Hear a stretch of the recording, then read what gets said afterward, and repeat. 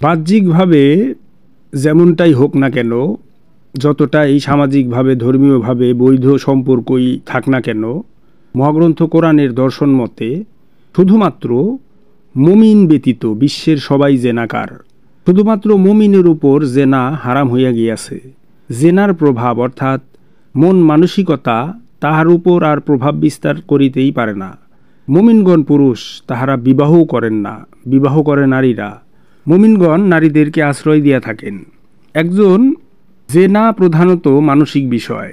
মনে জেনার ভাব পয়দা না হইলে, সংগঠিত না হইলে প্রকাশ্য দৈহিক জেনা সংগঠিত হয় না। মনের জেনা হইতে মুমিন ব্যতীত কেহই মুক্ত নহে, মুক্ত হইতেও পারে না। মনকে শিরক এবং মানসিক জেনা হইতে যিনি মুক্ত করিয়াছেন, তিনিই সত্যিকার মুমিন। মুমিন ব্যক্তি যাহার সঙ্গেই যৌনক্রিয়া করেন না কেন, উহাতে আর জেনা থাকে না।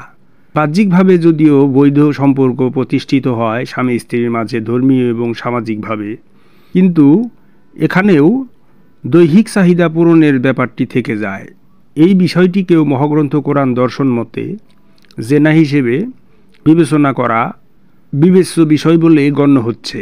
সুতরাং একজন পরিপূর্ণ মুমিন ব্যক্তি তাহার যৌনক্রিয়ার মাধ্যমে জেনা হতে বেঁচে থাকতে পারেন।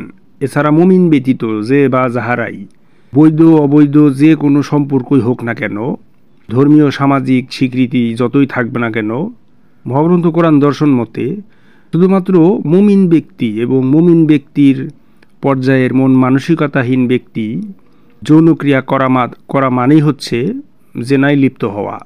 ইহা মহাগ্রন্থ কোরআনের উচ্চাঙ্গ একটি দর্শন। ইহা সাধারণ মানুষের বোধগম্য হওয়ার বিষয়ও নয়।